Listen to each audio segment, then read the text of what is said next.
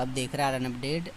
बहुत सारे स्टूडेंट मेरे से बार बार क्वायरी कर रहे हैं कि रिज़ल्ट कब तक आएगा, रिज़ल्ट कब तक आएगा। मैं बहुत बार भी बता चुका हूँ और कुछ स्टूडेंट ऐसे भी पूछ रहे हैं कि हमारी एग्ज़ाम चेकिंग कैसे होगी, उसके बारे में एक बार एक्सप्लेन कर दो। ठीक है, इसमें मैं आपको मोटा मोटा बताऊँगा, वीडियो ज़्यादा लंबी नहीं होगी। ठीक है, इससे पहले आप हमारे चैनल को ज़रूर सब्सक्राइब कर दो। नीचे डिस्क्रिप्शन में टेलीग्राम का लिंक है, उसे भी ज्वाइन कर लीजिए और जो है वीडियो को लाइक कर दो, शेयर ज़रूर कर दो। ठीक है, ताकि हमारा मोटिवेशन बना रहे, सपोर्ट हमें मिलता रहे। आइए स्टार्ट करते हैं।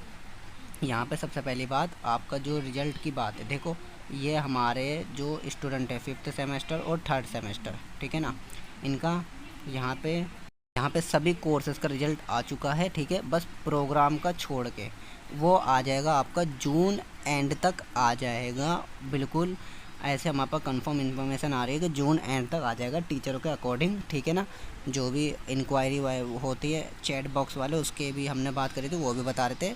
और कैंपस से भी यही खबर आ रही है, जून एंड तक 3rd सेमेस्टर और 5th सेमेस्टर का रिज़ल्ट पब्लिश कर दिया जाएगा प्रोग्राम कोर्सेज़ का। ठीक है, यहाँ पे बात करते हैं हम 1st सेमेस्टर का रिज़ल्ट कब तक आएगा। देखो 1st सेमेस्टर वाला ने मार्च अप्रैल में एग्ज़ाम दिए थे, और फर्स्ट के साथ जो भी ईयर वाले या फिर कोई भी स्टूडेंट थे, ठीक है ना, बैक वाले, उनका भी, ठीक है ना, तो मार्च अप्रैल में एग्ज़ाम दिए थे आपने।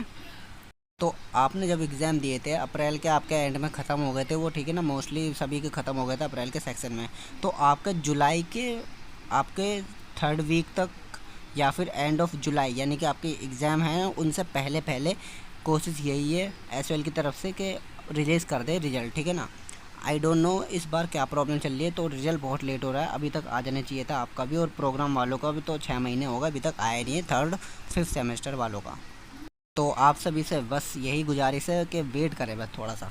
ठीक है, चेकिंग कैसे होती है, देखो चेकिंग के बारे में मैं आपको बिल्कुल डिटेल में तो नहीं बताऊंगा, लेकिन इतना बता दूंगा कि आपको आइडिया लग जाएगा। ठीक है, सबसे पहली चीज़, ऑनलाइन एग्ज़ाम जो होता था, ठीक है ना, ऑनलाइन एग्ज़ाम की चेकिंग जो होती थी, तो बहुत सारे टीचर क्या करते थे, चेक उन्हें करने से कोई मतलब नहीं होता था, पीडीएफ चेक करना बहुत ही डिफ़िकल्ट काम होता था उनके लिए। ठीक है, तो कुछ लोग तो यही देखते थे कि हाँ साइट पर अपलोड हो गया, ठीक है उन्होंने कर दिया, उस हिसाब से देख लो। कुछ लोग पेज देखते थे बस कि कितने पेज उन्होंने अपलोड करें, ठीक है ना, और कुछ लोग थोड़ा बहुत ओपन कर लेते थे पीडीएफ को, उसके बाद वो भी बोर हो जाते थे और पास या फिर जो भी उनको लगता था हिसाब के नंबर दे देते थे। ठीक है ना, अब देखो ऑफलाइन एग्ज़ाम हो गए हैं शुरू, आपको पता ही होगा। ठीक है, ऑफलाइन एग्ज़ाम में जो चेकिंग होगी, सर के पास बिल्कुल कॉपी होगी, उनके सामने रखी हुई होगी। ठीक है ना, तो वो देखो बहुत सारे स्टूडेंट ये बोलते हैं कि फ़ेल हो जाते हैं बच्चे। ठीक है ना, वो फेल क्यों होते हैं बताते हैं।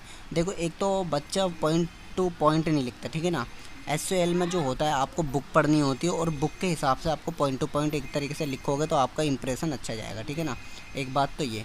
सबसे पहली बात, कॉपी चेक कैसे होती है मैं बता देता हूँ एक बार आपको, जिस हिसाब से हमें इन्फॉर्मेशन मिली है उस हिसाब से।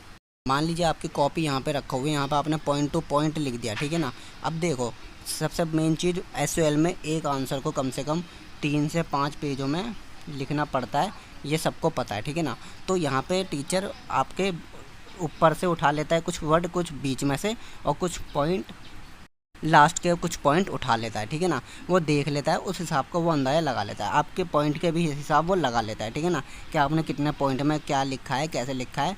ठीक है, तो इस हिसाब से वो अंदाज़ा लगा लेते हैं कि बच्चा कितना पढ़ा हुआ है कितना नहीं। ठीक है ना, अब उस हिसाब से ही वो आपको फिर नंबर देता है कि आपको कैसे नंबर देने चाहिए, क्योंकि एसएल में कोई 10th या 12th के बोर्ड की तरह तो होगा नहीं, आंसर की आती है उसकी तरह होता नहीं है एसएल में। ठीक है, क्या आपको आंसर की उनको दे दिया होगा, और वो उस आंसर की के थ्रू ही आपको चेक करके आंसर दे रहे हैं। ठीक है, तो यहाँ यही होता है, अगर किसी बच्चे ने समरी की तरह लिखा हुआ है, बिल्कुल लाइन बाय लाइन लिखता चला गया, उन्होंने पॉइंट नहीं डाला, तो उसका भी वो पढ़ेंगे ज़रूर। ठीक है ना, अगर टीचर अच्छा होगा वो पढ़ेगा ज़रूर, आपको पढ़ने के नंबर देगा। अगर टीचर ऐसे ही होगा तो वो आपको बीच में से काट के लास्ट में से करके आपको नंबर दे देगा उस हिसाब से। ठीक है ना, बच्चे फेल कैसे होते हैं और पास कैसे होते हैं ये भी बता देते हैं। देखो बच्चे कुछ ऐसे होते हैं जो फेल होते हैं, वो क्या करते हैं, बीच में शुरुआत में तो ठीक लिखते हैं, बीच में बेकार की चीज़ें लिख कर, ठीक है, लास्ट में कुछ करके, तो वो ये सोचते हैं कि सर इतना ही पड़ेगा और काम हो गया, और जो है फिर उनका पेजेस भी बहुत कम होते होंगे।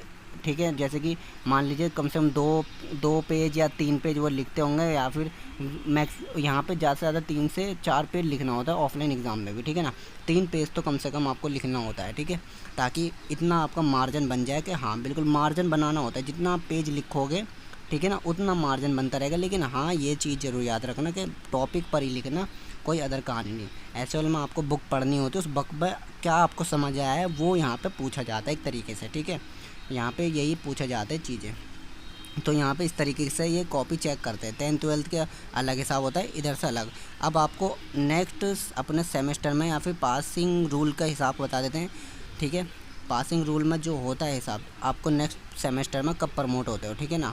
यहाँ पे आप अंदाज़ा इस तरीके से लगा सकते हैं। पहले पासिंग को बता देते हैं। 100 में से देखो बहुत सारे लोगों ने बताया, 100 बोलते हैं हमारे 100 में से हमें जो है यहाँ पे 33 या फिर 35 नंबर लाने होते हैं, ठीक है ना। तो आप उम्मीद यही करें कि आपको 35 से ऊपर नंबर लाना है, इतना आप लिख के ज़रूर आना है 100 में से, ठीक है। और कुछ लोग बोलते हैं 75 में से, ठीक है। 75 में से 27 और 30 के अराउंड, यानी कि 30 से ऊपर आपको नंबर चाहिए, ठीक है। अब इतना तो हमें पता ही है कि इतना नंबर चाहिए, ठीक है। बोर्ड के हिसाब का ये वहाँ पे जितना होता है इतना यहीं पे होता है, ठीक है ना। लेकिन आपको कोशिश यही करनी है कि आप या तो 30 से ऊपर 75 में और 100 में 35 से ऊपर करके लाएं। आप इसमें पास हो जाओगे। किसी सब्जेक्ट में अगर आपकी बैक आ गई, ईयर आ गया, तो उसका कब होगा? देखो, फर्स्ट सेमेस्टर वाले की अगर बैक आ गई, ठीक है ना, ये फर्स्ट सेमेस्टर है तो उसको थर्ड में देना पड़ेगा। सेकंड में बैक आ गई तो फोर्थ में देना पड़ेगा। थर्ड में बैक आ गई तो फिफ्थ में देना पड़ेगा। और फोर्थ में बैक आ गई तो सिक्स सेमेस्टर में उसको बैक एग्ज़ाम देना होगा। ऐसा नहीं होगा कि वो पास हो जाएगा, चाहे वो कुछ भी हो। पासिंग रूल इसमें ये होता है कि नहीं 8 में से, ठीक है ना, 4 सब्जेक्ट में पास हो जाए, वो बिल्कुल फर्स्ट और सेकंड सेमेस्टर या फिर थर्ड, फोर्थ और यहाँ पे फिफ्थ, सिक्स सेमेस्टर, इनमें आपको 8 सब्जेक्ट मिलेंगे टोटल, दोनों सेमेस्टर मिला के। उनमें से किन्हीं 4 में आपको पास होना होगा, कोई भी हो, ठीक है ना। और जिन 4 में अगर आपकी बैक आ जाती है तो इस हिसाब से आपका जो रूल है उस हिसाब से आपको एग्ज़ाम देना होगा उसके 1 साल के बाद, ठीक है। यहाँ पे ये होगा, उसको फॉर्म वॉर्म फिल करके उसका एग्ज़ाम देना होगा, ठीक है। तो यहाँ पे ये सारा रूल है, तो आप अच्छे से समझ गए होंगे, ठीक है। वीडियो को ज़्यादा से ज़्यादा शेयर कर दो ताकि सभी स्टूडेंट अच्छे से कन्फ्यूजन दूर कर पाए और सबको रिजल्ट का अपना पता चल पाए कब तक रिजल्ट आएगा, ठीक है। Thank you.